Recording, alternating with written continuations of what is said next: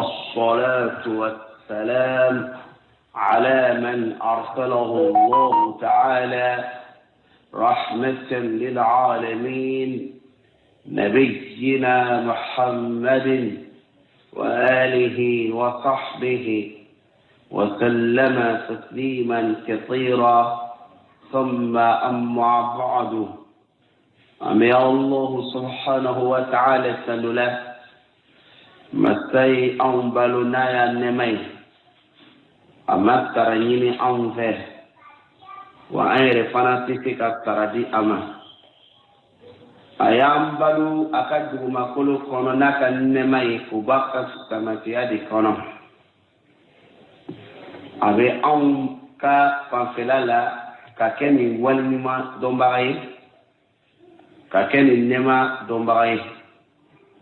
وقصوا أمني فأولي الحمد لله رب العالمين نصلي السلام وكشر بك أنا صديكو أنا أصحابه أنا مهم كلا أقوى الذي ترابما قطعمك لين ما يفوق تسي دون كلي دوميني أجاتيا بتا كان وغبت 50,000 سنة أمني جاتي على بنا كيتي دومينا تيانين غالوتشي على بنا كيتي دومينا تيانتيمونين غالوتيروتشي لومينا بلا يلمي سرايكي إكا واليلا يتشيمينكي أبيلي ناسي تشيني بلا يلمي سرايكي واليلا دومينا lomi togo kacha ka koroke abunya kosu yawmul jazaa taradu yawmud din yawmul hisab konte bodu yawmul qiyamah joduli yawmut taghabun diriti dola kallabi mekkama duna atigi mobi yelema killabi kakora ke munyi dum kene ala bi kitike akono bil haqq ni tuyai bil adl ni ladriyai ati tonyoke udona ni au ala kan takala anyumai ayo minde no ya juma yoro ala kan takaola mimi take mizani koye kan take agbilia kan agbilia ala koke mo take ka suratu tige ala ka tige liko ono ya anye momi takke kalu salat dala munu be soro kalu salat dala laminina ala kan soro o jaman wala munu yere fana bina tado arjana kono ala kan farajine dunga wala jine yere fana daraja u de be amala dali ala kan korota ka firdausul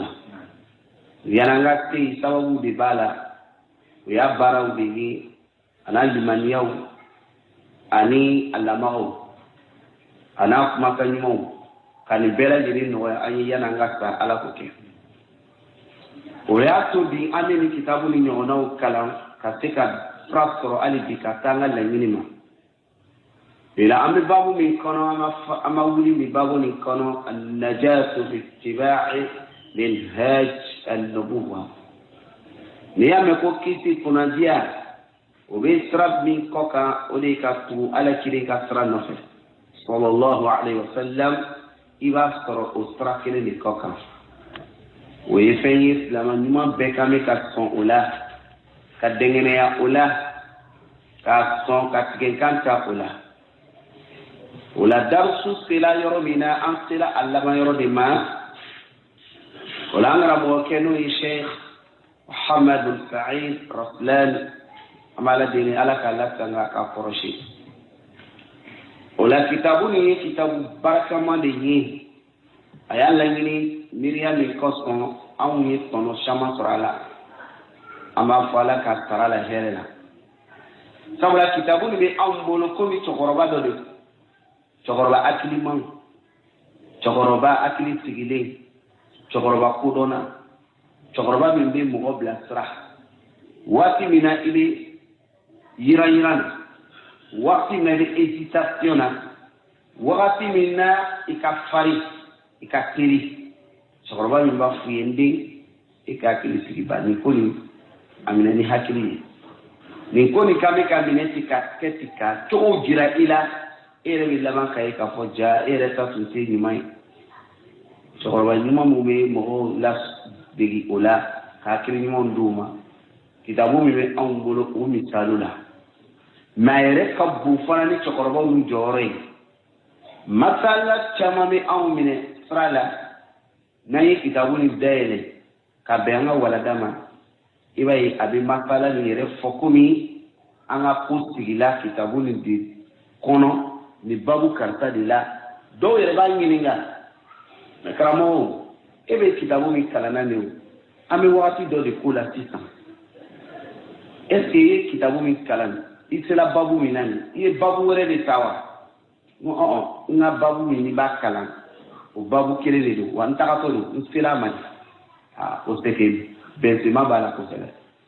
o ye fenye fenye ni na suma boke ana wa kitabu tigi fana ka laɲini ye o fana de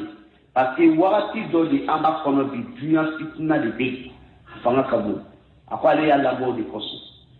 o kɔrɔ ye jiwoyo bɛ yen a bɛ mɔgɔw ta la ale nana komi bato ka na ni kurun ye ka na jɔ ji sanfɛ ka mɔgɔw minɛ o tigɛ ma o fɔ misali la ten o kosɔn i tɛna se ka fɛn dɔ kɛ ala ka diɲɛ kɔfɛ wagati laban de na a caman na i bɛna sɔrɔ kitabu nin bɛ sira dɔ jukɔrɔ sabula bɛ minnu ka ko lakalenna olu ka ko ye dunuya wagati bɛɛ bɛ kɛ komi olu bɛ bi de o bɛ komi u bɛ n'an ye bi de ka solution jira an na bala deni ninnu y'an ka maa ɲuman tɛmɛnenw ala ka yafaw ma ala ka hinɛw na u ye mun kɛ ɲuman na ka jidili kɛ o ye arijana na ala k'o kɛ fili mun y'o sɔrɔ ala ka yafa k'u ye fili ninnu na an yɛrɛ fana bɛ dafali k'an si la an bɛɛ lajɛlen dayagalen de don siga foyi t'a la dɛ o la ala ka hinɛ an na ka yafa an don na ani dɛsɛ mun bɛ yen ka yafa an ma o la ni ye an kanda hali bi a ka sira tilennen sɔgɔma kan don min na a bɛna kalifa minɛ an na o don ka kɛ don ye don min ni an bɛ ala ka layiru kan o y'a sɔrɔ layiru ma bɔrɔtɔ ala ko nɔgɔya ne ni aw ye o la an bɛ taga ni kitabu ɲɛ min ye n'o kan bɛ ka bɛn sɔfa min ma o bɛ bɛn sɔfa 423 de ma kitabu tɔ a man ca mɛ kitabu nin bɛna ɲinan suma don an na dɛ don min na kitabu nin bɛna ban a bɛna kɛ ɲinan suma ye sabula an y'a ye a ye mun k'an ye ala ka diɲɛ kɔnɔ a ye hɛrɛ caman lase an ma o kɔsɔn a bɛna kɛ komi lɔnga dɔ de tunu a nana an fɛ ka wagati dɔ kɛ a tagatɔ don a souvenirs bɛna na don an kunkolo kɔnɔ an bɛ ala deli karamɔgɔkɛ a y'a ka baara min kɛ ka kɛ ala kama ko ye ala k'o kɛ an yɛrɛ fana b'an ta la fana ala k'an ta kɛ ala kama ko ye yɛrɛ yira n'o ye baara yɛrɛ tiɲɛ sababu ye ala k'an kisi a ma yɛrɛ yira n'o bɛ don baara kɔnɔ sira fila fɛ hɛrɛ t'a si la a fɔlɔ ye mun ye baara yɛrɛ ma kɛ fɔlɔ ŋɛniya yɛrɛ n bɛna kɛ de k'an yɛrɛ yira baara ma daminɛ dɛ laɲini yɛrɛ ye o ye fɔlɔ tɔgɔ ɲini ala k'an kisi ka bɔ a la n'o kɛra baara yɛrɛ tiɲɛna ka sɔrɔ a ma daminɛ fɔlɔ ani yɛrɛ yira min bɛ baara to a bɛ kɛ ŋɛniya ye ala ko de ye siga t'a la mɛ waati bɛ se yɛrɛ yira bɛna don a la o tumana na o bɛ kɛ sababu ye ka dɔ bɔ baara la ka nagasi ala k'an kisi ka bɔ nin bɛɛ lajɛlen ma k'an ka baara kɛ ala yɛrɛ ɲɛda ɲini kosɔn ka sara bɛ ala bolo k'an lawasa o la ala k'o kɛ o la an bɛna taga ni an karamɔgɔkɛ belebele dɔ de ka fɔta ye n'o ye al-imam ibn Battah al-imam ibn Battah lɔnnaba don a malɔlen don a ye ala kiri ka hadisiw de fɔ ka sigi ɲɔgɔn kun a bɛ fɔ hadisa minnu ma ko farafarani kuma bɛ hadisa minnu kɔnɔ n'a bɛ fɔ al-iftiraq a ko hada al-iftiraq ذكره الرسول صلى الله عليه وسلم a ko nin farafarani min filɛ nin ala kiri y'a ko fɔ wa bayyana a y'a walawala fana صلى الله عليه وسلم walawala bi kɛ jɔnw na al-najina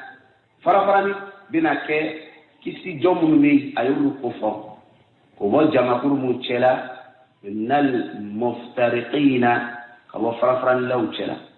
وبين المرحومين هنا بنا كموننا وقت من نبي من المختلفين وقت من فونيو يا باغو بنا فونيو يا كما بنا تيا هنا بنا كمونا على كلي يلو فنافو فونيو يا وقتنا ولا قال ابن بطة رحمه الله تعالى أملا دلي على كهنا كرموكيلا بعد ذكره أحاديث في الافتراء في كتاب الجليل الإبانة ابن بطة أقول أملا دلي على كهنا بعد ذكره أكاكوفو للكفر أحاديث أدسو كفر أيني أدسان لكالي في الافتراء فرفرني أدسان نناك ابن بطة كلالين كفر ni angu ka klala ode kumai do wa ko ka bana male mu kon angu abana ku yitayade anga fo aklalen kofe fi kitabihi aka kitabu la al-jalil no kitabu bil bay lo to dala al-ibana ayimu fo wa innama ذكرت ابن بطة بكمانا أقول إنما ذكرت أقول كفلك هذه الأحاديث لألتنونا في هذا الموضع ليرننا وقال لي بلاسين كنا من هذا الكتاب كبولي كتابني كنا الإبانة أقول مقصا ليعلم العقلاء من المؤمنين hakili mo nkate ka doni ke kabumuluna yonina ayaka lagini kere mo do dila fo ka sorofana ikate odoi sino itena nafa sorokramo ke ka kuma kanada ako ale alisali tigi li ya'lama lamu nana li ta'lim di ego lamu ta'lim ko nyeni ko karsake nkoso mini koso akwa ayi adisu sigi aka kitabu bani kono no ifara ni adisai aya sigi li ya'lama al-uqala aklimu ngatika donike mo ifla uyerola do wele aklimu do era aklimu tuye daleko aklimu ngatika donike minal mu'minin kabo mu'minuna do bayi rabbe fana fi mu'mini bete aklimai malika dayini abena mogode na famuni aklimau yi kabo mu'minun chela wa dhul ara'i min al mumayyizin ani kof yecho nyuma wo dekew mu me ko yecho nyuma no fana yi moye mu me ko farafasiya ni akilika materiel tari ni akilika baradi hakili nafai ka kodo ka famu ni afrafatia ni akili tese ka famu ke hakili tese ka ko frafatia asmana na nafatala ka fenyuma jira ila ka fenjugu jira ila akili bikami ka don ni nyuma ni juma yi do ale ni fomu koson buru me ko yecho fle yecho nyuma na kabo minal mumayyizin frafasial kebaula iba lo do ka frafasial ka gelele iba fo abena ni kuma kando ikumi sadi ele bi kuma na shinwa kanela ko abi kuma ale di lamena ko mi shinwa de bi kuma na wale ti shinwa kami ile mi fo na kafam do ta ila wi kamaya do ire akili le ti ko fam ale re ti komi akadaide male re le ti ko fam do ka famu ka suma do ire ta famu de iba ko wakati mina ko alhamdulillah aka famu titan abe mi jira ila o kofe iba fo me mulede ama famu adama den do be ti ka famu non seulement aka gelen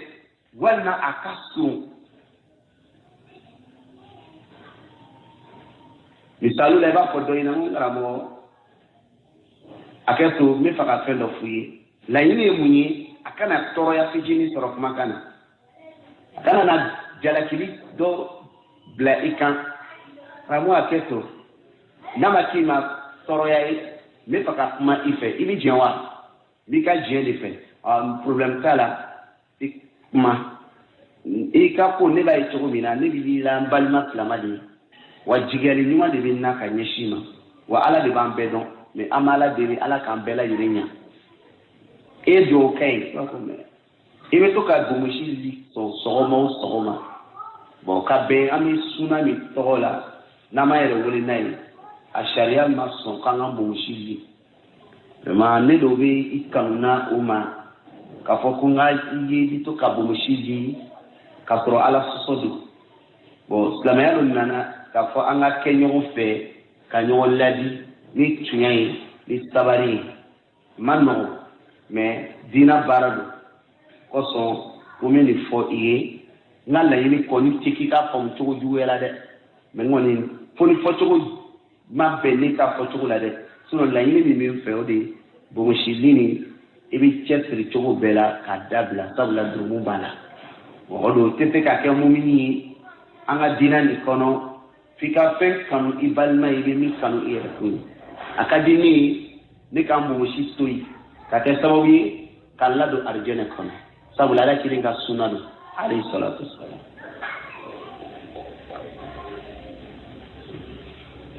akuma ko ile ni be kumanati ako ile ni ay flania mi ni nga on a même promotion ame promotion kelena donc ile kumani ka bu mushidi ko kan obi ba foka la kan to ni ko arjine donc ni ma bu mushi blaite d'arjine kono ko donc ile fait ni bi bu mushi la ni bi jahannama le kono kuma to yo ibi se kan nga ko tigi mina jima kono akoko ken nana ndoya anana neni Johnny Kenny wa bia Kenny ni ndoya ne ka bo ife kana neni ba ke membo mushidi la anubetima ni be famu kewa na da made ka ko beti ba bla mina jima kono kiofe abe mineti ima fe fo tian ima tagafana fika akilisi ke ka ko tigi nyon ku dondoni fo ka ta la yinima ayini ni saki ko mele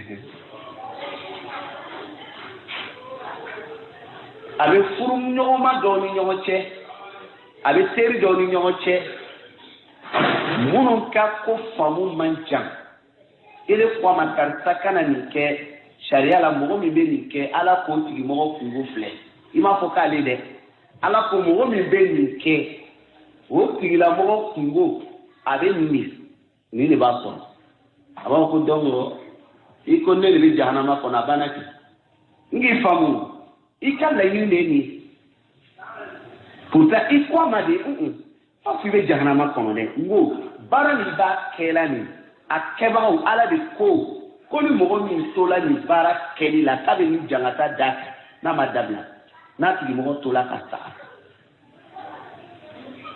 donc mais ibene le marqué on ne be jahannama ko ne mo de ko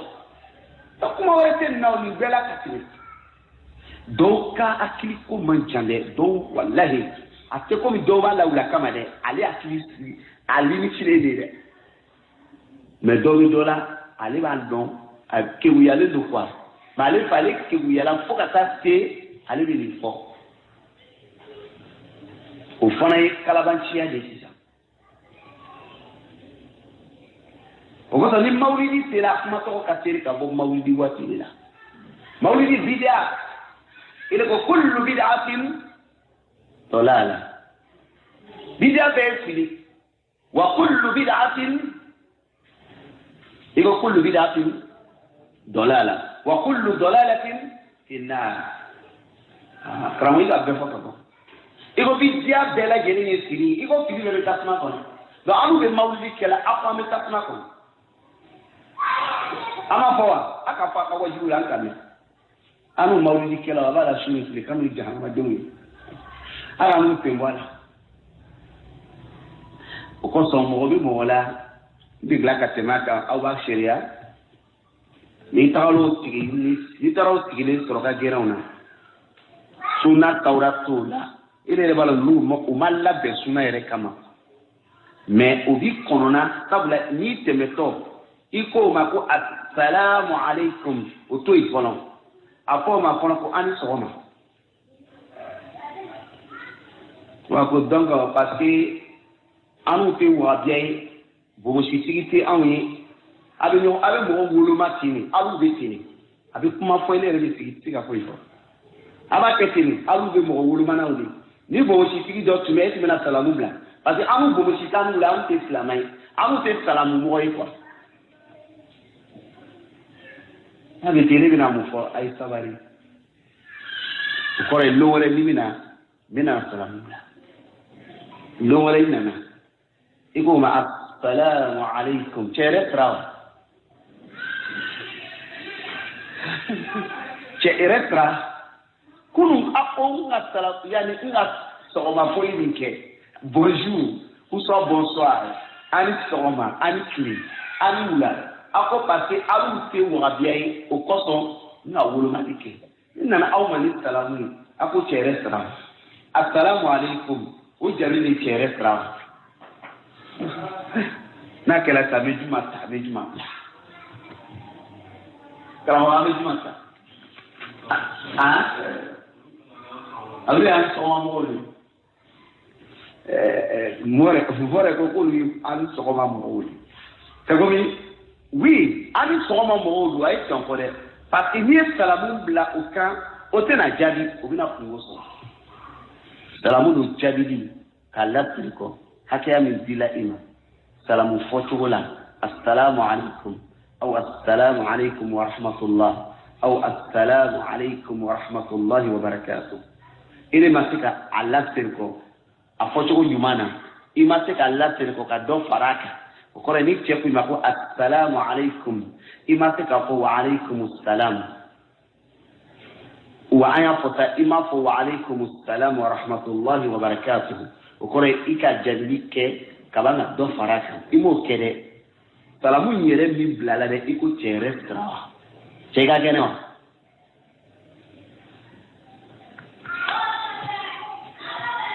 konda miti wan na titi awete mi aka gele ha ko ele be sekire la benina di fere fana ka ke kapu famu sino nele ma famu avec cheni de bi fara cheni ka bi ala dilala kan ke akilima wi ka ku famu kan fara mominu kan ke ko franfa saliba wi ala kana on tem ko so do la limanzi mo do ni ki ba conseil akano ibi ba ka conseil yoro mina droit ale re bi conseil ki ga kuma dia ka dima mais do ni ki ba conseil ale bo do ni kele de kono ko mala de ala kan ke ko fom baay la karamo ko anna akhbar ar-rasul yani akhbar ar-rasul sallallahu alaihi wasallam kaya do ala kidenga kibariyali aka kuna fuli qadi sahhat fi ahli zamanina akwai kibariyali fo ore ani bi kuma na lumina ani bi ko fla de bi kelete mais aka sini ko di fo nango sini ko mi na sini dite ako di fo ale be balula lumina anaka sabo japalelu soit islamai mu'minu wala yinnafi jama'tunti jati kateme uka ka ke ambeka ke islam na grupu kirengi grupu fla imma ikake mu'miniye walma ikake munafiqi ni fanate islam ya wore kono ikafri yabana me ka kono karta islamai ni tijani ni duski ni naqshbandi ni jisti ni qadri ni khariji ni murji ni mu'tazili ni unna qafiri mais domina la tili me kuma la kalena no kibariyai ako amemina dikoli bina na kestini kale to domina o tini ne bi o ko ta ka tinin kan fo wa fle bi karamoko o foli min kela kibariya min fola qad sahhat fi ahli zamanina o yifaymi sahala anga bidon klela sabuli kuma kamilo amba siriya bagay ka son ka fo sadaqa Rasulullah sallallahu alaihi wasallam ala tiri chonko ya fo nyaaw nyama kala tine itala katu bla yani itala katu damina katu la alamina yele manada ay yele manada amma fo yele manada anya yele manada nya kama kro aya fo fana kabina ke mantu mina fara an fara la de an tagala groupe chama malaki ne ko tigata la kabbe bi tasma kono fo kini izan kramoko aleni aditani sigi akilima wuye kabo mumununa ani ko ye chogo nyuma denkewu kabo mume frafa sil kelawi kajira ala kiringa kibari akan qad sahhat fi ahli zamanina akwa kala fe min kala chay anga bido mola bali kuma na du binani c'est pas en 2000 siko fam afana bi kuma na do mina ni bi chekaja to ere ni fana ambe sharia fana ko kramo ye mi fo ambe serko de ka fo ya fo chogo mina fana an fana bi sharia o chogo kilena sabula mi afana bi wale be kuma na lumina mi ya konti o do ani bi bitaka cha katimale ka donka c'est de domina le tu kuma na no ye ibn battal ale bi kuma na ko adisa farafarani aku sabatila anga bidona na surla ko groupe tuye keme misalula biameleri mina do farala keme kan na fana ka nyana ya ke abi ko wati mina ko san keme bi dafa an kuna ka ko an ti amma manu ru deun binana dole mu bina kiri udun fana ru bi ni sharia fana uduna fana lu ka jama bi chaya ka tene an fana ka bidon jama ka me fa ka famudi san bi duru ka fon walma san bi woro ka fon walma san bi woro la ka fon atunte fo dina tagabolo do mako ay daraton atunte akmeya ay daraton atunte mais ale nana kofe kana fondo tigi o farala koroma o kafana Abdurrahman Konate abangu nabi foka toma ko Muhammadiya ale fana mi wati ni fola dondo semena le tuté ale fana farala jamata do alon sini fana an mamadin walma an dew rubina sharia tagabulu kula do fana na lu fana ba foko an fawire fana man nuka ko don nous donnons de clés là mais ni bébé mu ne dira ala kirika kibaru ya kan scientifique bi wati de konati mo kelen ci se ga foko non ko la mo ma fara hal ni soro la ko nya fini li toro gbere kadda ikngulu jalama izeme bi lama iwala ko la mo fara o fi fe ni me ate musala a jelelo mais tiga kala fola ka de ke mais kecho mi mina ke here sala de la likanido na lu sila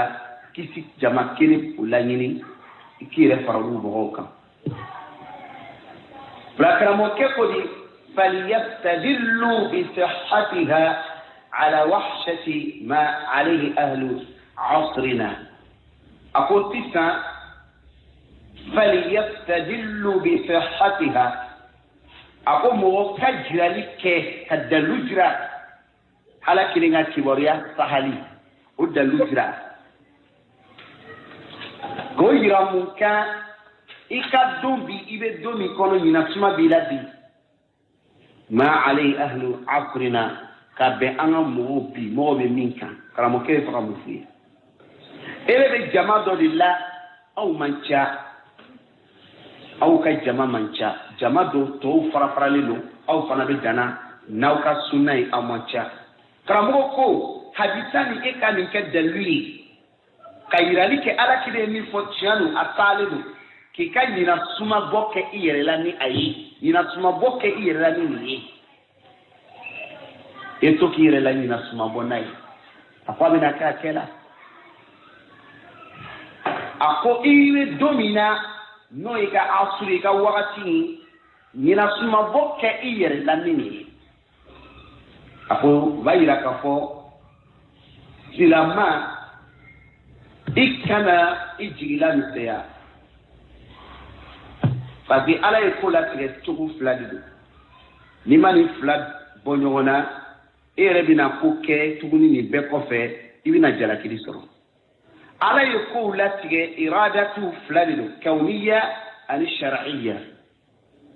o kɔrɔ ye ala de y'a ka danni kɛ ka danfɛnw ka ko latigɛ yanni o bɛna baara daminɛ a y'a sɛbɛn ka ban o tɛ dusu o kɔsɔn n'i y'a ye an bɛ fara-farani nin kɔnɔ ala de y'a sɛbɛn a ka lɔnni kɔnna a kɛla n'ale de sago ye kɛw nani kana fɔ k'i b'o yɔrɔ tɔgɔ bali o bɛnna ala ma o de kɛla n'o tun ma bɛn ala ma a tɛ kɛ kana dimi fana ka bɔ o kɔfɛ kana o doni la i kunna fo ka t'i kan kari mun kɔsɔn mɔgɔw fara-farana ka dimi fo ka taa se k'i t'i yɛrɛ mako sa mɔgɔ ka fara-farani ala ka lɔnni kɔnna a ɲɛ dɛ mɔgɔw bɛ fara-farani min kɔnɔ ni ala y'a sɛbɛn ka fɔ dɛ mɔgɔw bɛ fara-farani min na a ma kɛ fo illa bi idnillah mɔgɔw yɛrɛ bɛ min kɛ n'o ka baara ala de y'a bɛɛ dan i y'o bila i kunna ka fɔ nin ma kɛ fɛn ye ten a latigɛla ala bolo mais ele nin yɔrɔ tɛ o yɔrɔ la toi tu peux rien faire là-bas i se t'a la o kɔrɔ ye mɔgɔ dɔw ka wuli sisan an bɛna dawa sigi sen na ka silama bɛɛ kɛ kelen ye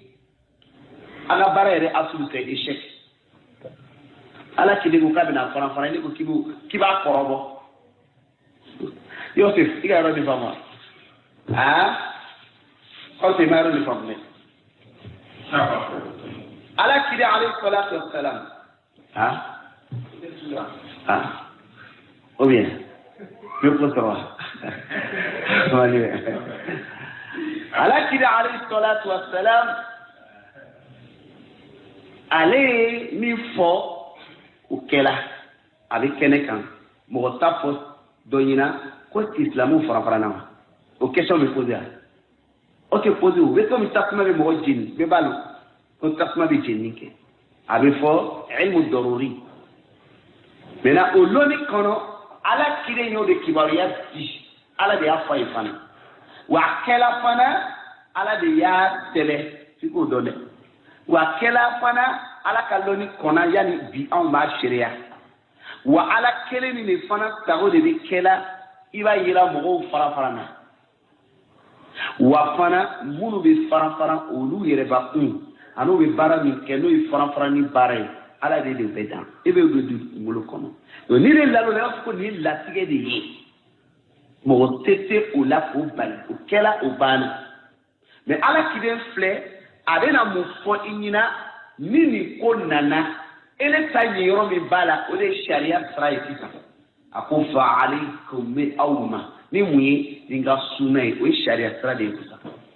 ele ka sira min a ma f'i ma ko min ma i ka silamɛw bɛɛ kɛ kelen ye o don na a m'o ɲini cɛ fɛ a m'o ɲini muso fɛ e yɛrɛ i bɛ taa min k'i yɛrɛ ɲini parce que fɛn min na a bɛna kɛ a kɛla i bɛ taa min i yɛrɛ ɲini ni sunna labatoli ye bon mɔgɔ dɔw bɛ taga sisan ko non an ka tɔn dɔ sigi sen na k'a tɔgɔ la MTP ou bien MGP ou bien MMM a bɛ mun baara de kɛ la an bɛ fɛ ka silamɛ bɛɛ de kɛ kelen ye komi ala ka latigɛ k'a tɛ kɛ ala kelen ka kibaruya di nɛɛma ni kisi bɛ ye ala kelen ko alayhi salatu wasalam ala ka hinɛ b'a kan a ka kisi b'a kan a ye kibaruya di k'a bɛna fara-fara e de bɛ se di k'a fɔ k'i bɛ na a kɛ ka silamɛ bɛɛ kɛ kelen komi cɛ kelen komi muso kelen so ala bɛ se ka kɛ yan a tɛ se ka kɛ nkalon tɛ tɛmɛ a kan tiɲɛni fana tɛ tɛmɛ a kan o kosɔn mɔgɔ minnu y'a kumakan latigɛ manto nin kɔnɔ an ka lɔnnaw y'a bɛɛ lajɛlen wele ko mɔgɔ fililenw don o ye fili kuma de bɔ o da la o y'a baara laɲini ko b'a kɛ a ma wolo foyi la fo ka dɔ fana fara fili dɔ kan o kosɔn o b'olu mɔgɔ de wele ko wahdatul adiyan tawhidu al adiyan a bolo sira dɔ bɛ yen minnu bɛ nin miiriya nin ka a tagabolo dɔ bɛ mɔgɔ lase kafiriya ma i yɛrɛ tɛ silamɛ ye e yɛrɛ m'a fɔ k'i bɛ bɛɛ fara ɲɔgɔn kan wa e yɛrɛ bɛ laban ka bɔ silamɛya yɛrɛ kɔnɔ o dɔ ye mun ye wahdatul adiyan tawhidul adiyan dɔw yɛrɛ labanna fo ka taga silamɛya ni kerecɛnya ni zifuya k'olu b'o bɛɛ lajɛlen mɔ k'o kɛ kelen ye k'a kɔrɔ kɛ ko bɛɛ ko ala ko bɛɛ n'i ka ala bato cogoya mɛ laɲini bɛɛ ko ala k'an ka fara ɲɔgɔn kan ni tɔgɔ ye c'est-à-dire wahdatu al-adyan c'est-à-dire olu ka mun de kɛ sisan ka diina bɛɛ kɛ kelen ye dɔw ta ye min ye sufiw komi a karamɔgɔba dɔw y'a baara lajɛ k'a fɔ ko sunnaw siyaw ni o k'a si tɛ yen k'an ka bɛɛ kɛ kelen ye o fana ye bidiya cijugu de ye ni min yɛrɛ kɔlɔsi fana a bɛ se k'i labɔ ka se mɔgɔ dɔ ninnu fɛ o kosɔn ni nin kuma fɔla wagati dɔ la dɔw bɛ se k'a fɔ mɛ karamɔgɔ adamaden dɔ fana bɛ se ka nin laɲini wa ka silamɛya ni kafiriya bɛɛ fara ɲɔgɔn kan ka bɛɛ lajɛlen wele ko tɔgɔ kelen k'an bɛɛ bɛ ɲɔgɔn fɛ ala tɔgɔ kelen de la donc an bɛɛ bɛ ala bato cogo de kɛ farafasiya bɛ a la mɛ laɲini kelen kɔrɔ ajami bɛɛ bɛ taga sɔgɔma ajami yobugonkaw bɛ na u ka sira bɛ yen abugukaw bɛ na olu ka sira bɛ yen dɔw bɛ bɔ tɛrɛsifiri dɔw bɛ makori dɔw bɛ bɔ kumasi mais l'essentiel an bɛ na ɲɔgɔn sɔrɔ ajami donc ye diina ka di ni misali ninnu ye mun tɛ bɛn ala ka diina na o kosɔn ni taara debakɛla minnu sɔrɔ o kumakan na u tɛ wagati dɔ la a dɔw t'a dɔn nin walima o t'a kɔlɔsi walima o bɛ mission de la ka mun kɛ ka diina labɛn a fɔlɔ ye mun ye o ka kamereden min n'o b'a wele ko jane n'ale bɛ debakɛlaw ka ɲɛmɔgɔba ye Côte d'Ivoire kɔnɔ yan o tɛ jane tɛ DDR jane jade don dɔ la chrétien cɛ dɔ y'a wele ka ɲininka o bɛ baara mun na nin laɲini jumɛn de b'u bolo baara nin kɔnɔ a ko laɲini min bɛ olu la o kɔrɔ ye fɛn fɛn bɛ kɛra nin a bɛɛ lajɛlen bɛ ɲinina ko min kɔsɔn olu bɛ fa de chrétienw y'a lɔn ko silamɛw t'o jugu ye silamɛw fana y'a lɔn ko chrétienw tɛ o jugu ye kɔrɔ ye juguya min bɛ dusukunw kɔnɔ bɛɛ ka dɛngɛniya ka lɔn ko juguya nin ko tiɲɛ t'a la hakika tɛ o kɔrɔ ye balimaya de bɛ chrétien ni silamɛ cɛ ka dalilu kɛ mun ye silamɛw bɛɛ k'o bɛnba de Ibrahima ye n'i taara chrétienw fana fɛ olu k'u bɛnbakɛ de Ibrahima ye Ibrahima de bɛ an bɛɛ lajɛlen de fara ɲɔgɔn kan donc balimaya nin olu bɛ ka ko de jira diɲɛ nana bɛɛ k'a faamu mali o ye min fɔ tiɲɛ fɔ o bɛna fili diɲɛ kɔnɔ mali nin tɛ fɔ yɔrɔ bɛɛ dɛ n'i y'a fɔ dɔrɔn e bɛ mun de kɛ la olu bɛ wulila ka baaraba min kɛ i tɛ se ka dɔ kɛ i bɛ u lagosi dɔw ka dalilu banna o la kuma in ninnu bɛ baara kɛ la sa i bɛ ninnu bɛ mɔgɔw la tubi la kamere ninnu mɔgɔw kan bɛ ka ninnu de fo i bɛ taa dɔw sɔrɔ fana k'olu bɛ ninnu kɛlɛ o ye maliyɛn sanni yɔrɔ in na sa k'i bila sitana ka bɔrɔ kɔnɔ i bɛ bɔ ten ka sɔrɔ problème ye min ye ko ferekelen don yɔrɔ la yɔrɔ min fanga ka bon le fait que mɔgɔ min b'a f'i ɲɛna ko Ibrahima alayhi salam bɛ anw ni chrétiens fara ɲɔgɔn kan ani yahudiyaw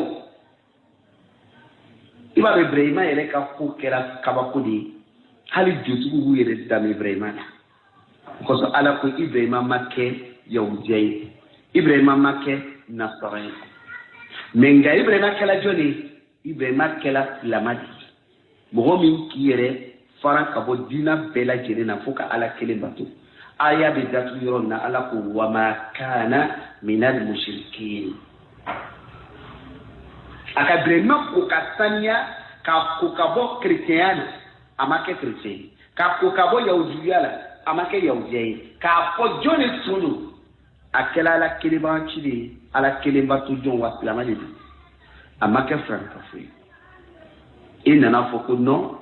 ko après tout chrétien ko olu ta de Ibrahima ye anw silamɛw ko an ta de don an bɛɛ bɛnba de don o bɛ wasa kɛ ka weleli kɛ bɛɛ k'i bolo di ɲɔgɔn ma o tuma na a ye nin kuma nin fɔ chrétien cɛ ye chrétien cɛ mun fɔ ko jaabi a ko mais ni aw ka miiriya de bɛ nin ye ko nin miiriya nin ka ɲi k'ale yɛrɛ bɛ nin fɔ fana u ka pasitɛriw ye u ka kumalabelaw ma u ka nin ɲɔgɔnna fana kɛ ka yira chrétienw na fana ko silamɛw ye aw balimaw de ye ko miiriya nin ka ɲi k'a sɔrɔ miiriya nin ka jugu n'o b'a dɔn nkalon min bɛ miiriya nin kɔnɔ a ka jugu adamadenya kɔnɔ minan fila bɛ yen facɛya fila bɛ a minan tɔgɔ kelen-kelen bɛɛ kɔnɔ an bɛnba e ka hali maliyɛn ko di bɛnba a b'a fɔ hali ka fɔ bɛnba kɛra a b'a fɔ di mɔkɔrɔba bɛɛ b'a fɔ di non anw de i fa kɛ kɔrɔba a b'a fɔ di i mɔkɛ b'a la donc bɛnba n'an ko bɛnba kɔrɔ fila de bɛ minan fila nin kɔnɔ an bɛ ɲɔgɔn sɔrɔ kelen na sira dɔ fɛ sira fila ninnu kelen t'u ye fɔlɔ ye mun ye ala ye an dan an se tɛ danni nin na k'an bila ɲɔgɔn kan k'an bɛɛ danbe facɛ kelen na an mun silamɛw don mun kafiriw don kɛla ɲuman ye kɛla juguman ye i b'i yɛrɛ sɔrɔ cɛ kelen na o de ye adama alayhi salam chrétien fa adama don juifu fa adama don josɔnna fa adama don i kɛra ala fɛ ma kɛ ala fɛ i bɛ wele ko adamaden o baara o adamadenya nin diina dɔ tɛ bato tɛ baraji tɛ d'i ma durumu yɛrɛ fana tɛ layika maliyɛn e ye adamaden ye kɔsɔn a don arijɛnɛ kɔnɔ e ye adamaden ye don jahanama kɔnɔ foyi tɛ parce que munna i foli yɔrɔ t'a la i jalakili yɔrɔ t'a la parce que i yɛrɛ se ko foyi tɛ k'a kɛ adamaden ye e ka na ɲɔgɔn faamu i lɔyɔrɔ bɛ min na sisan i jɔyɔrɔ bɛ min na i ka jalaki walima i ka fo faya filanan o b'i bila i ma fanfɛla de la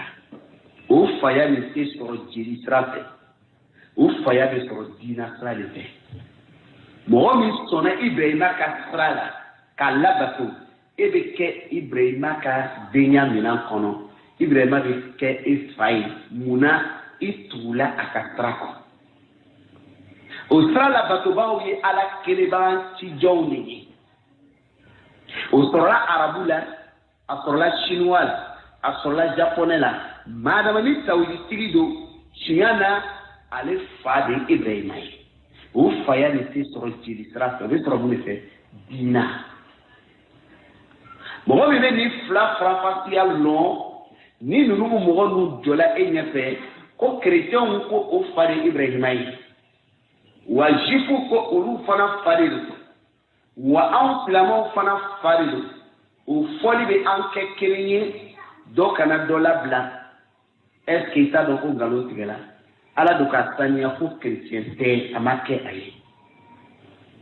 ala ka juifu jaabi ka Ibrahima tɔgɔ min b'o da la u ka b'o da la a ko tawurata min ni o bɛ se ka danbe ni juifu b'o yɛrɛ wele n'o ye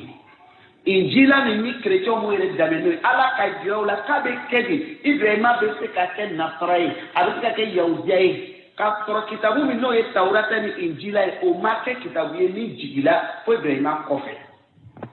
mɔgɔ bɛ danbe fɛn na fɛn min kɔnna i ɲɛ mais ele tɛmɛni kɔfɛ fɛn min nana i kɔfɛ i bɛ se ka danbe o la bi e ka ɲɔgɔn faamu maliyɛn ka yɔrɔ nin faamu nin bɛɛ fɔla k'a Ibrahima bɔ fɛn na fɛn min t'a dɔn ye mais mɔgɔ filɛ dawa kɛla silamɛya tɔgɔ la olu bɛ ka nin kafiriya miiriya nin adapté an b'a fɔ ignorance de an bɛ o jigiyali ɲuman de ta ka ɲɛsin o k'o fɛnw don ma diina faamu parce que o tɛmɛ sira yɛrɛ ni a filɛ u ka nin kɛ a n'a ɲɔgɔnna wɛrɛ o tɛ bara i la i bɛ na ɲɔgɔn faamu ala ka na o tuma na sisan ala de y'a latigɛ k'a fɔ adamadenw bɛna fɔn ɲɔgɔnya o tɛna wuli ala de y'a latigɛ ko farafarani bɛna kɛ o tɛna wuli a y'o latigɛ kɔnɔ a ka lɔnni kɔnɔ o ɲɛ o sɛbɛnla lamuru kan o bɛ kɛla n'a bɛ sago ye wa fana o baara n'a kɛbaga bɛ ale ka danfɛnw ye donc hunna sisan nin yɔrɔ nin na a bɛ jira k'a fɔ e bɛ taa nin yɔrɔ ye min ye o de ye sariya fanfɛla est-ce que sariya kɔnɔ ala ko kan ka fara est-ce que a fana fara ayo nyini e fay se ko be ko yoro de la ika bara kemina ko yoro ne ama nyini ile fe ko mo be ka ke islamé ama nyini fe ko be ka ke mumini ama nyini fe ko be ka ke jama kelini ikana na groupe do siri kebe wuli li kela kata umma wahdatul adyan tawhidul adyan religion fana na no strade ni kumana dron kama tebe qur'ana kono ko sunna mo ama tebe qur'ana kono ko shia mo ko tijana mo te qur'ana kono kelepe uli qur'ana kono ko silamo ala yuri togola silama amana kuno aya ida wasado ula onaya wasado silama ya to kelina do be fewore batula minti ala yi ko kono do yere kan nabi mo wore sorobi ka tani ala kidi sallallahu alaihi wasallam do yere fana ko qur'ana ni yere fana ko tiga bala do yere ko kala kidi furumuso be subhanallah ko sumuru bawudo mais au bêta ko nga yere wili kan be islama après tout ça peut marcher ça ne va marcher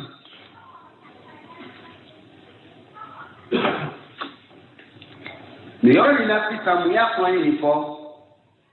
bo ben mania ala kidi ka fota wala to binani adisani kono kana ire bla feno kono tire stere abara atika niveau la amanyini fe minyina ife tagadi katrai bi anyamina afrikila jamakera eta emi ala mufola enyina kiyake akidego nauchera ni mo min balola fasayara ikhtilafan kathira abina fonyo wali chame akela bana akuduna ngamuke fa alaykum bi sunnati trama de koro e ka taw sunano e ki jwa ka do la ni mo mi ki blasra o traka au gardire de boy wala ni mo mi wole itaka to de do wole kerebe se ko mutaka to de tete na ngata ni mi ka bolo di mabita ani mi go mete tani kana balike ka tani ka trai kana logo kama de tete na mita uya prele re misala de traka ani mi sona ni muso ka bolo di ma ina bolo me ka tani alhamdulillah ni dem ka bolo di ma avec ta nyon fait ni si nyon mi ka bolo di ma avec ta nyon fait ko ke nyon mi ka bolo di ma ana do ka ta nyon fait de ana ke ko mi nuana de ka ko ji tu fana ji wulila watina nyon kwa de ma ya bune ya konde nga ko di aho ekab maana donanye de maso maste chogoshila de labana dakedi ahalatila donc bebo uli kokeleka amodi kokeleka mayelema donc be ala deri ala kale famu dama be ya baraketa lo ikame ka minke ika baraketa yolo abese qui avancer il ka la yele le sura mais ala deri ala kale awde idan huna kamo kebe ka gira ila kana yi kokula kana ni na tuma do yerela ka fo ay ne kelen wal maun daman ma lal dalulu fola barakene akodi fayastahmilu alhadara akotita ni kibari ali folin ko fe awi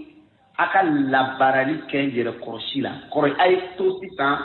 kaw yere korshi ay barake ni yere korshi ko fe en fonction yere korshi kan yere bla ko ni na ko min fe normal de ka ya ke ni ya jalanati ki yere bla apela no yala na fe na ribi taganoi e be ko mi kurshi muguba fonya bi filiro mi na bi tagay fantela kana ketile ko ni mineni sebe yere korsi apola kabina fran a bela jere do bi tasuma kono fu kene kakriti e ko ketay ala koyi mo mi soso ma buluma do kay do may min kay o nyanyini kene sebe kana lama ya tatin wala do fe hale nyenya de wasake ni kadalu jo togo ustaz de kaloma kala nyenya mi e ti nyenya de kuma be ha ikabara de may ima bella yinima na sorari dine kodo itari dine frakande na sorla ti ala bato la nile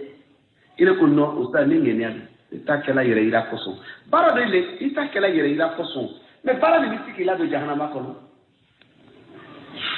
na faro kan na fariya dina ala yere ko qur'ana kono o be kaka yere ro mine minke ado yere be taga wakati beta iglisi kono dumuni yɛrɛ tɛ kɛ a ɲuman na ka sun jalan dun dumuni ɲɛnaman tɛ kɛ farisogo bɛ minɛ ka fata ka sun ka farin a ka jugu ka tɛmɛ anw ta kan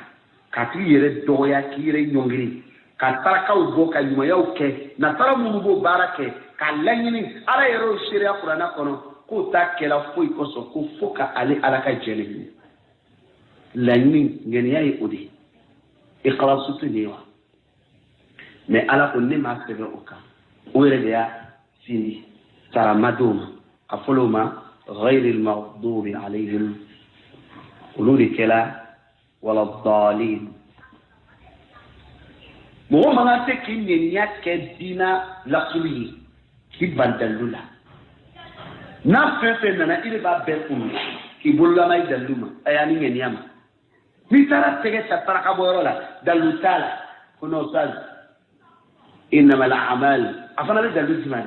إنما الأعمال بالنيات بارا بين نيات المثال إيه بالفلو توي إتام توي نيات لبعض ما كان نيات مناو أستاذ لبعض est-ce que la question est niyat kodoa bara do be niyat kay nama be sunu mani bida de bimina oro de bida mo woni nafiki franfatia lo nafiki yorodo ani bidia mɔgɔ bɛ se ka bɔ ɲɔgɔn fɛ yan mais yɔrɔw la u bɛ ɲɔgɔn bila parce que wagati la adamaden bɛ se ka kɛ bidia mɔgɔ don nafiki tɛ o kɔrɔ ye mun nafikiya asuru ye ŋaniya juguya de je sais ce que j'ai fait et je sais que je suis en train de faire le mal mais ka ɲuman jira k'a sɔrɔ juguman de bɛ dogo la.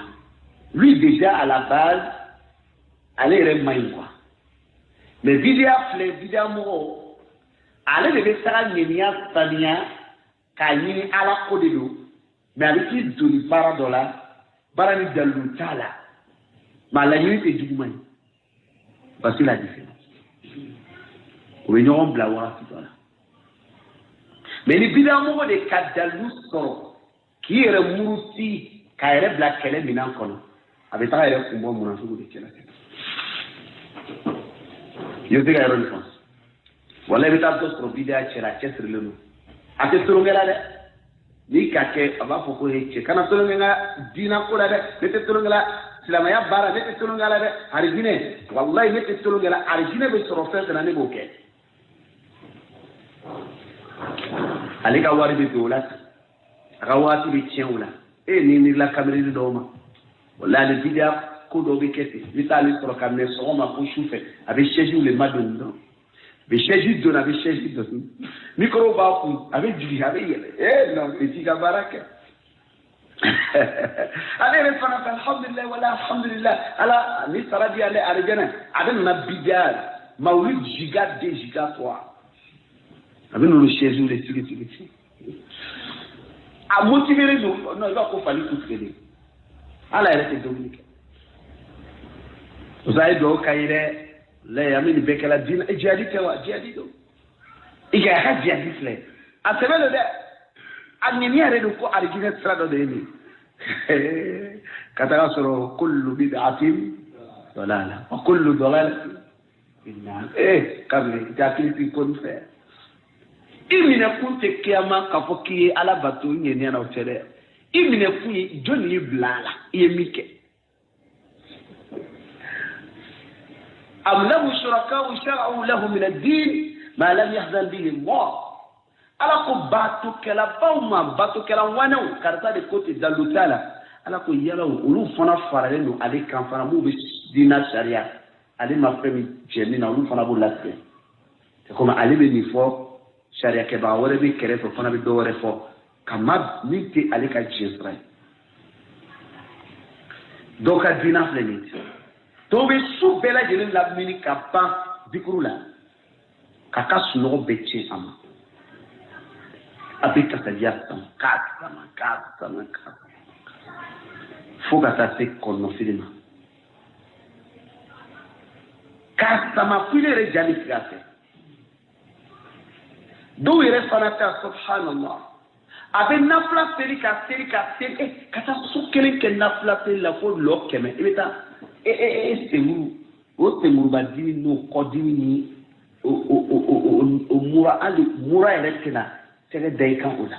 ala kile min ye karamɔgɔ ye ale ka nafila yɛrɛ hakɛya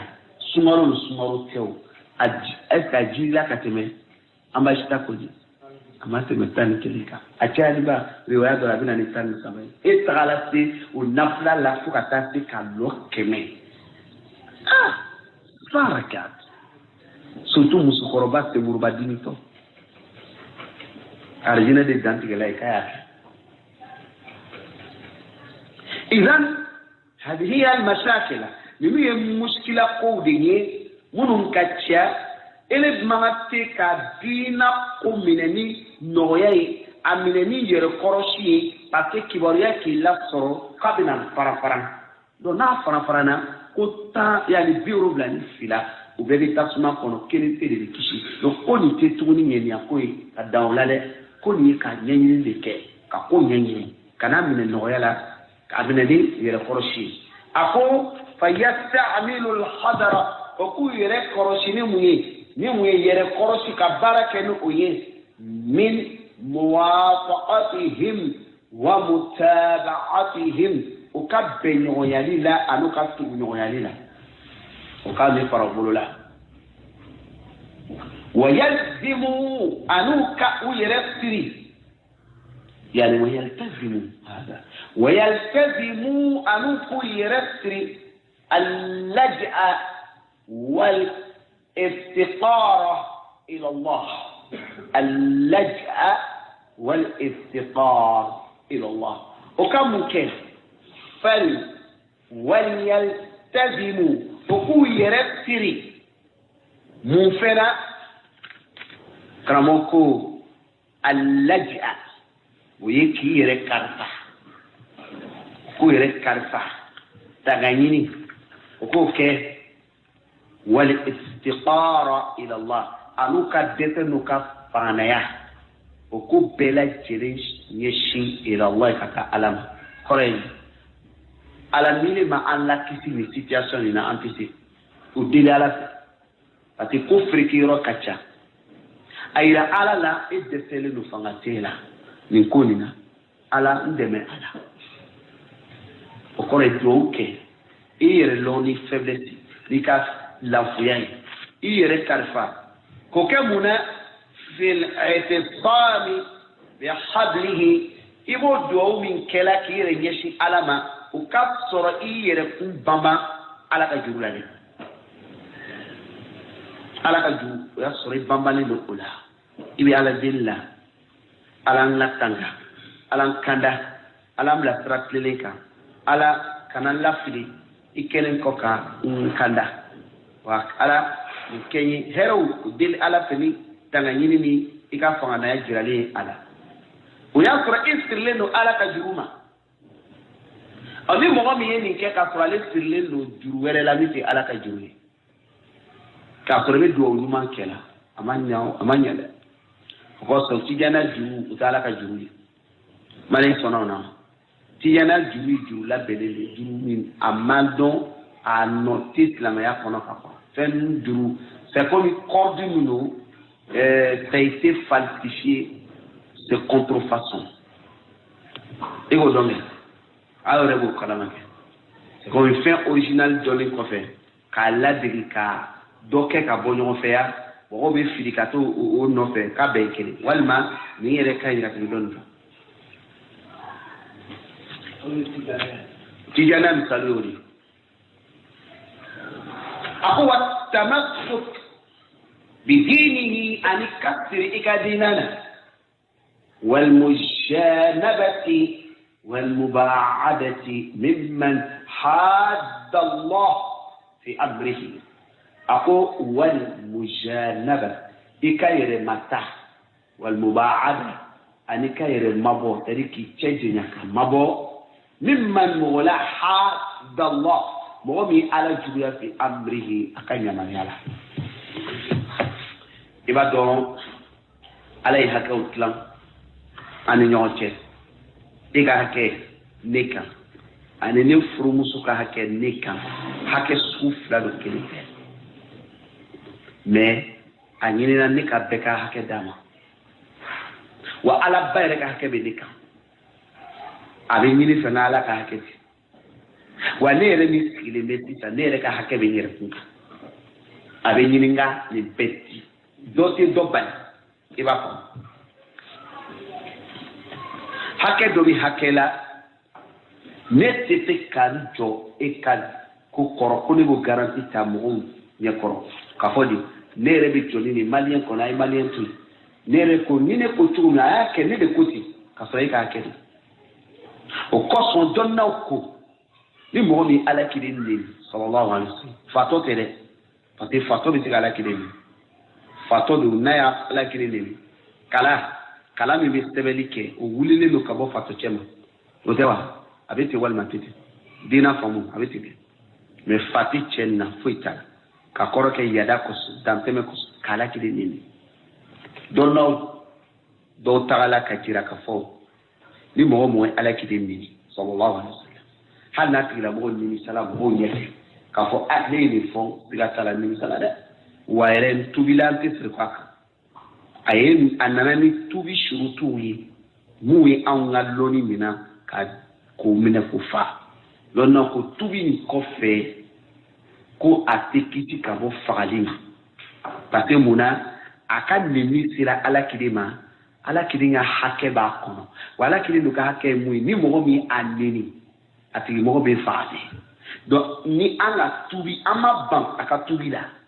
mais fagali hakɛ nin ko mɔgɔ tɛ se k'i lɔ o kɔrɔ k'o labɛn ala kelen bila de la donc a tubi la fagali tɛ bali a b'a faga o kɔfɛ a bɛ teli a su kan ka taa su parce que mun na ala kelen ka hakɛ jɔlen don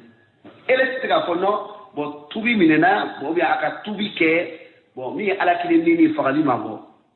dɔnna dɔ ko non e tɛ se k'i jɔ ala kelen ka jɔyɔrɔ la k'a ka hakɛ labɛn kala yɛrɛ ni fama o kosɔn adamaden bɛ se ka fɛn dɔ labɛn k'a fɔ ne yɛrɛ n yafala n cɛ mais fɛn dɔ bɛ fɛn na i tɛ se ka labɛn a yɛrɛ tɛ ɲini fɛ k'i y'a labɛn mais waati dɔ la an kalanden mɔgɔw b'a dɔ ɲini an fɛ ala ka hakɛ cɛ a ye nin to yen a ye yafa nin kɔ ala ko n'aw yafala ale ala n'aw yafala ka tiɲɛ ale tɛ tiɲɛ dɛ ka jira i la nin ye misali ye k'a fɔ ala kelen ka hakɛ dɔnna dɔw filɛ n'i y'a gɛlɛya mɔgɔ kan n'u y'a nɛni kɔfɛ k'a tubi a ma fɔ k'a ma sɔn tubi la dɛ mais fagali o y'o kɛ fɛn ye min bɛ tugu a tubi la n'i y'a o kɔfɛ k'a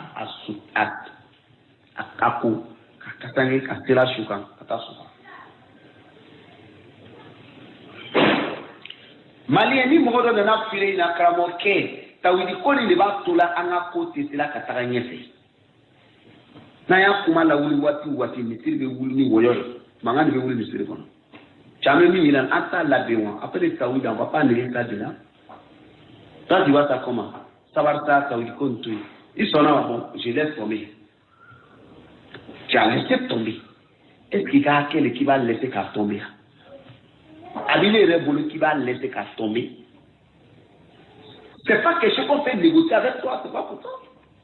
tawhidi ti ta ye o ele le bateau ko b'a kɔnɔ n ka la bateau don sanwó yi dugukolo dana fɛn min kama quand tu dis non j'accepte à partir d'aujourd'hui je négocie je suis d'accord avec vous affaire de tawhid là ça déjà j'ai laissé tomber non i kuma bi la cɛ non tu es fort moi on m'a fait une demande dans une mosquée dite Sunni ko bɛ akida kuma min fɔ la nin i tɛ se ka yɛlɛma ka kɛ seli ya ko basa bɛ fitina bɛ caya la misiri kɔnɔ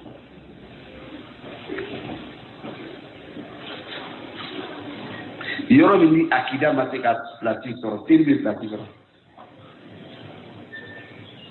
ça peut marcher ou on peut pas parler de tawhid ala kelen b'an ci a tɛ se ka tɛmɛ sira min fɛ seli bɛ tɛmɛ o fɛ ni ka mɛn k'an bɛ seli la n'o akida ɲuman de sigilen kɔfɛ seli bɛ tugu a la ni ko bɛ silamɛya lɔse lori fɔ i b'a daminɛ seli de la i b'a daminɛ jumɛn de la seereya fɛ namba la ni koni be ala tali min koni silamɛya diina koyi ala tali haramuyali halalaya ala tali koda nɔgɔya ala tali ko bɛ bila mina min kɔnɔ ala tali o ni ne ka so kɔnɔ ko ne muso tɛ n bonya walima muso bɛ to ka n ka wari sonya walima muso bɛ to ka nin ko karisa kɛ na ni kuma lasigila karamɔgɔkɛ i ye yafa hinɛ a to yen ne bɛ se ka fɔ n yafa la parce que ne de y'a wari sonya ne de bɛ se ka fɔ n yafa la muso ma parce que ne k'a kɛ de i bɛ deli o la. Mais quand il dit à la caractère, il va beaucoup beaucoup sur la puissance. Allons-y ensemble. Nous partez où avec ça? Bon, voilà si dans la marché nous lui demander. Quand on y paye à la couvrir. Et quand on y fait sigila. Quand on y colombe, qu'on y sigila au décan. Ni qu'on y cause ça va devenir. Qu'on y sigila à quand. Comme avoir pilier, qu'on la sous. À quoi bête d'amener les cohérents. Loro min sigila a daminɛ nin ko yɛrɛ ɲini fɛn tan min sigila loro sari tan a daminɛ de ko nin m'o tɔmasire yirila silamɛya ta fanfɛla la n'an bɛ ɲɔgɔn sɔrɔ n'ala ko bɔra la tɔ kɛ dɛ a bɛ komi sa n'i y'a kun sigi a tɔ kɛra mun ye jorokisɛ ye wa huna n'i ye silamɛya lɔtɛ duuru kuma fɔ arkan al-islam a bɛ daminɛ ni mun ye shahada Allah ilaha illallah fɛn wɛrɛ tɔgɔ fɔra n'ala tɛ ok o y'a daminɛ ko yɛrɛ bɛɛ de fana n'i ko limaniya fana tɛ mun ye joli 6 a y'a daminɛ an tu'mina billah ala kelen ko al-iman bid'un wa 70 shu'ba aw wa 60 shu'ba a ko limaniya muru ye sigida biuru la ni kɔ walima biuru ni kɔ fa'ala a bɛɛ la sanfɛ o ye jumɛn ye qawl la ilaha illallah i tagala fan o fan a bɛ daminɛ ale de la tɔw bɛ na ale de kɔfɛ n'o de kɛla fo de tɛ se ka marcher qu'on peut mettre en place ka ala ko bɔ a la a tɔ ye fɛn jumɛn ye sisan foyi tɛ tuguni baara la. Bon, waati dɔ la kalanden dɔw bɛ na i ma ni fɛɛrɛ ye k'i diɲɛ ɲini fɛn na fɛn min t'i ka diɲɛ kɔnɔ ni dɔ ko sisan ne ma karisa silama de don ka sɔrɔ kerecɛn ma karisa silama don ka sɔrɔ zifu don ko ne ka a lase diɲɛ bɛɛ ka dɔn ko cɛ ni silamɛ ye ne b'a dɔn silama tɛ mais ne y'a fɔ dɔrɔn bɛɛ y'a dɔn bɛɛ ka diɲɛ bɛɛ ko tiɲɛna cɛ ni silamɛ don o b'a yɛlɛma a b'a kɛ ye wa foyi tɛ foyi yɛlɛma mais des fois a bɛ dɔw kɔnɔ ko anw yɛrɛ sago bɛ ala ka diinɛ na o fana tɛ yirali kɛ k'a fɔ ko maslaha tɛ yen a t'o sɔsɔ o fana tɛ yirali kɛ k'a fɔ ko diinɛ kɔnɔ ko sariya mana ni ko nɔgɔya dɔw ye o fana tɛ o bali ko nɔgɔya tɛ se ka kɛ ka bɔ kuranna kɔfɛ a tɛ bɔ hadisa kɔfɛ a bɛ fɔ fɛn ma al-maslaha a tɛ bɔ kuranna kɔfɛ kuranna yɛrɛ sigila o de kan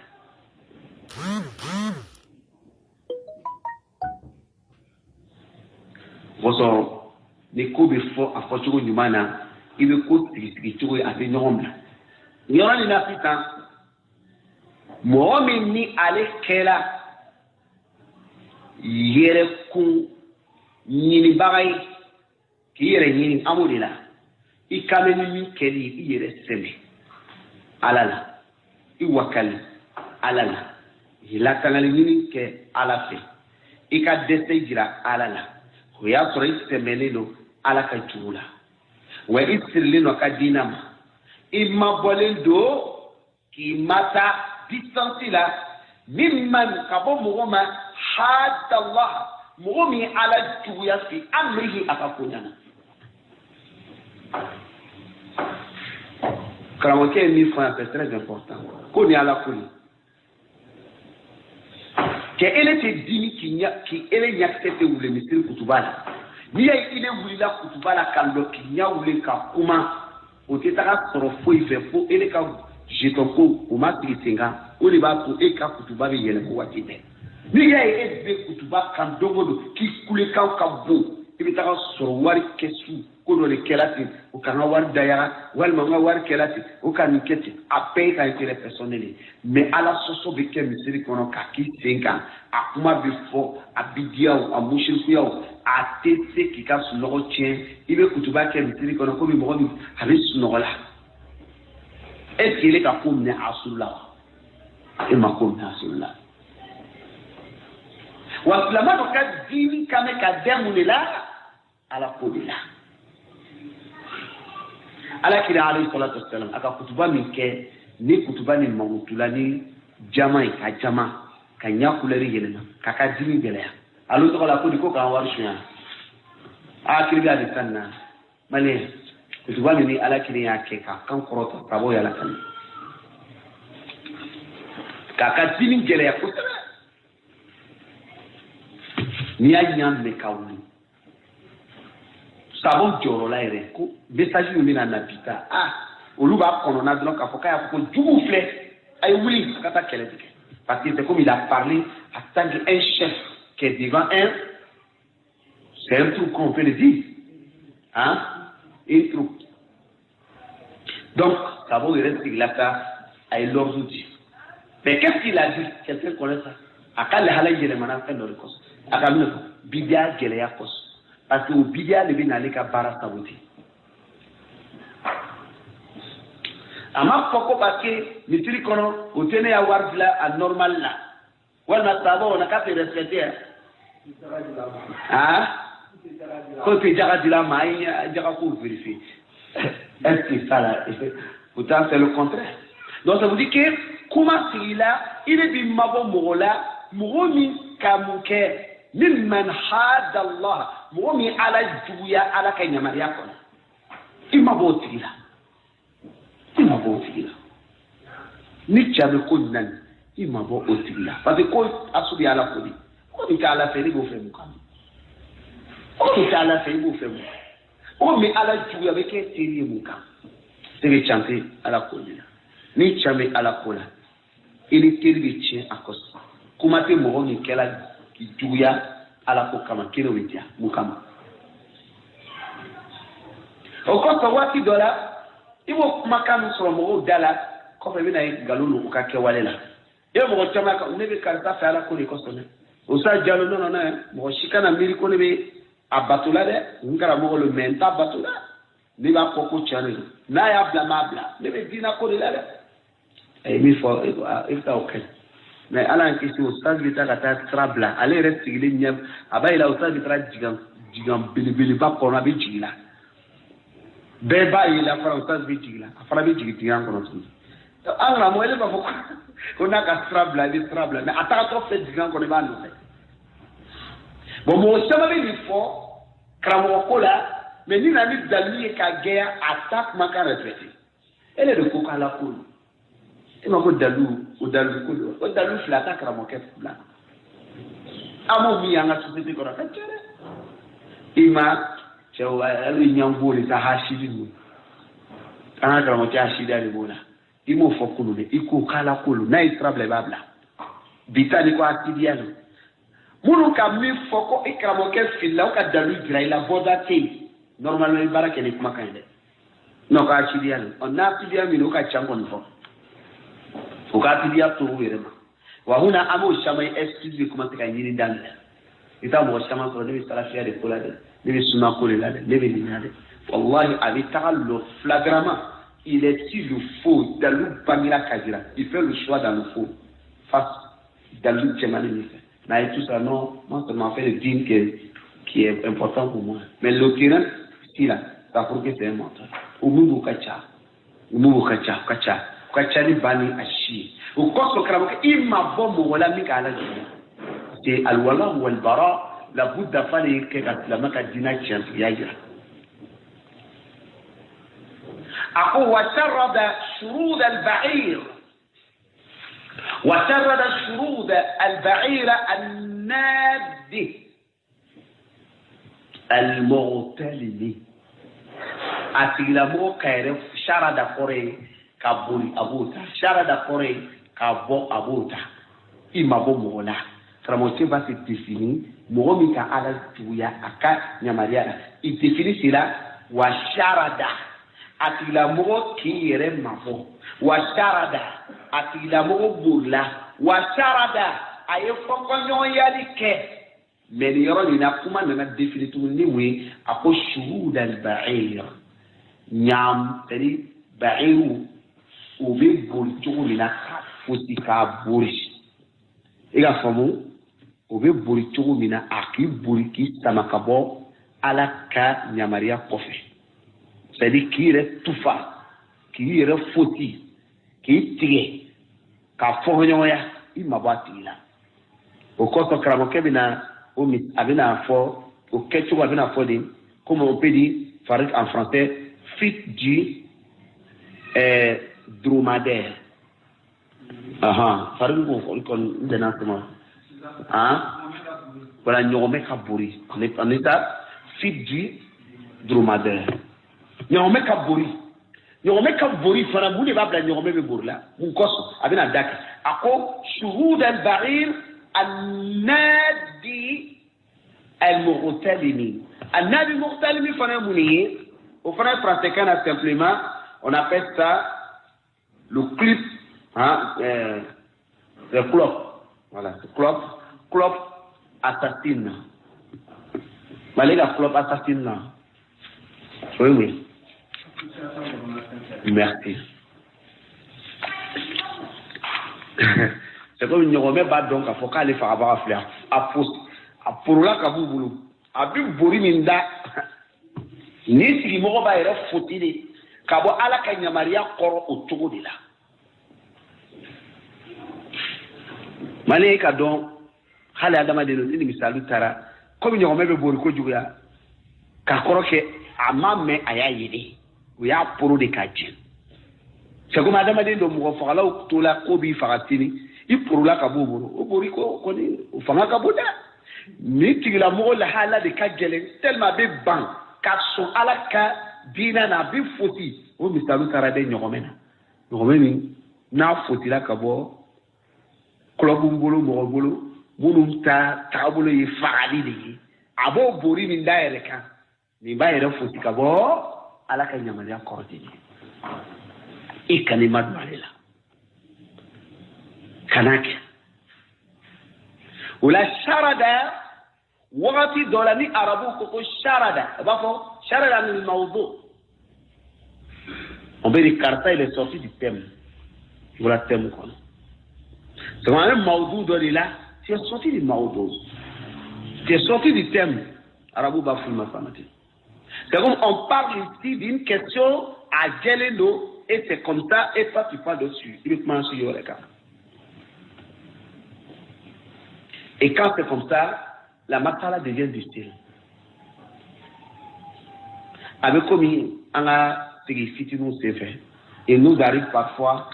quand on va parler des questions du mariage, la femme parle, le monsieur il parle. Mais des fois, tu vas penser qu'au flat de Djekazine, on fait de quoi? Les deux systèmes sont opposés. C'est comme le système capital avec le système, je pense, social. Les socialistes et puis les capitalistes, ils vont faire des débats. Ça ne va pas dans le même sens. Pour ça, il y a un fait qui est clair dans l'histoire. Il va dire, comment le dire? La question est claire, ça est là. Abola Castro, muso be kaka kuma, c'est-à-dire chebe kaka kuma te sona. Muso te a dit nyena, ateni ke. Il va faire mais quelle est cela au Belma? On t'a pas encore dit la vraie version. Attends. Ça va venir. C'est-à-dire la tête des problèmes dans ma phone. Comment tu vas? Yamanika kele kumba ita so soufela le te là à Nyama à dessous Katlé mais il a honte. À rapport au coup muso ta ka politique là. Muso ta le rebu là. Et là kele do so te ta murmuru ka oustaz. Mais la version qui est irréfina. Donc ma babi kele la version réellement. Ça veut dire la vraie version. Tu n'as rien ma femme là. Ta dit là. ati voilà ati tradi la quoi kelen belé na yo disons kelen ba no stade tu vois souvent c'est la tête ni kobeni ay sujet là central ay posé no kela dron ko toka no après ka nafla de oui tu m'as dit taraf au coso il y a des couples à la BI quand tu vas intervenir là il va y avoir intervention de baraka de kalafi le monsieur à la asula où a folate musote où a folate il va chacun voir la vraie version et puis tu vois ta face à face en quelque temps tu vois quel sujet canon mais il est à couple d'osso chef de où a fo musote où a fo il est resté musote là maintenant il me chauffe là tu m'as donné wallahi be sika do ka kuma kere fait des sino mon cas tu écoutes il dort Farouk Sohana le monsieur la femme où ça veut où y a fort on peut comment nous il est avec na sala c'est trop ménage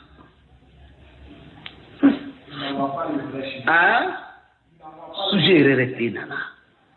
c'est-à-dire khuruj bi kela kabo mawdu kono alors ça wala mina dofina yana me furu ni ke mono kita fana fina yana be furu anto kumana abe bi furu ni na mu de kumana no ça ato me kuma akumana ma foi fode ato nga kuma kuma ni bebe na ke ka bambi wa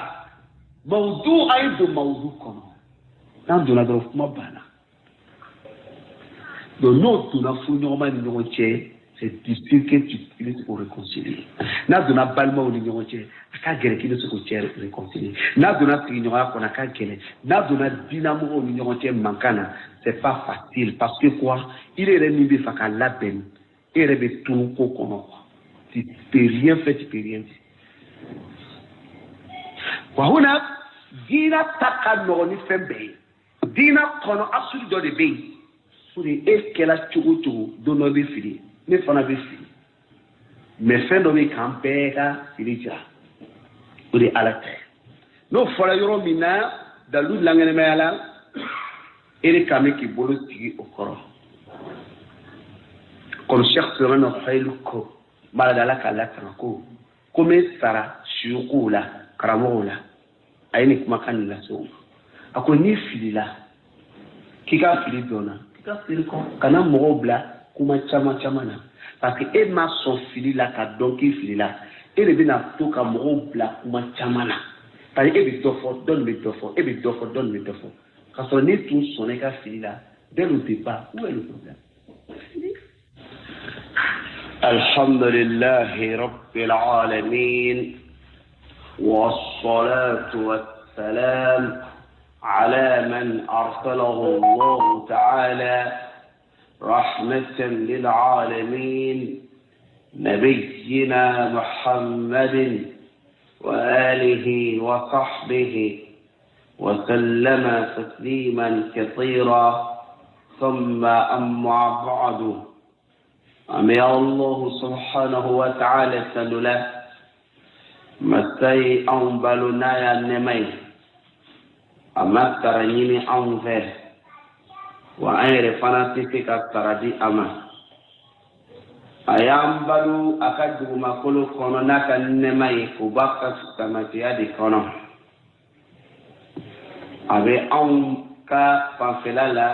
كأني والنما دمباي كأني نما دمباي وقصون أمي فؤولي الحمد لله رب العالمين نصلي السلام كوكيشين بك أنا صديقه أنا كصحابه أنا مهم كلا أوقا الذي ترابيما كتومك لين ما يفوق أتاسي دوم كلين دوميني أجاتيا بتا كان وغبيتور 50,000 سنة أمني جاتي ala bena kiti domina tiani galonche ala bena kiti domina tianti woni galonti uche lomina bela yele me tareke ika walila ichiminke a belebele n'a fitinin bɛɛ lajɛlen bɛ sara kɛwale la don min na lomi tɔgɔ ka ca ka kɔrɔ kɛ a bonya kɔsɔn yawmul jaza taara don yawmul din yawmul hisab kɔntɛ bɔ don yawmul qiyama jɔ don de yawmul taghabun direte dɔ la ka labɛn mais kiyama donna a tigi mɔgɔ bɛ yɛlɛma k'i labɛn ka kɔrɔ kɛ mun ye don kelen ala bɛ kisi kɛ a kɔnɔ bil haq ni tiɲɛ ye bil adl ni ladiriya ye a tɛ tɔɲɔ kɛ o don na ne aw ala k'an ta kala a ɲuman ye a yɔrɔ min bɛ yen n'o y'a juguman yɔrɔ ye ala kana an ta kɛ o la min bɛ taa kɛ mizani ko ye k'an ta kɛ a gbiliya k'an ta gbiliya ala k'o kɛ mɔgɔ bɛ taa kɛ ka surasiw tigɛ ala ka tigɛli ko o nɔgɔya an ye mɔgɔ bɛ taa kɛ kalosala dala minnu bɛ sɔrɔ kalosala dala lamini na ala k'an sɔrɔ o jama na wala minnu yɛrɛ fana bɛna taa don arijinɛ kɔnɔ ala k'an fara jinɛdenw kan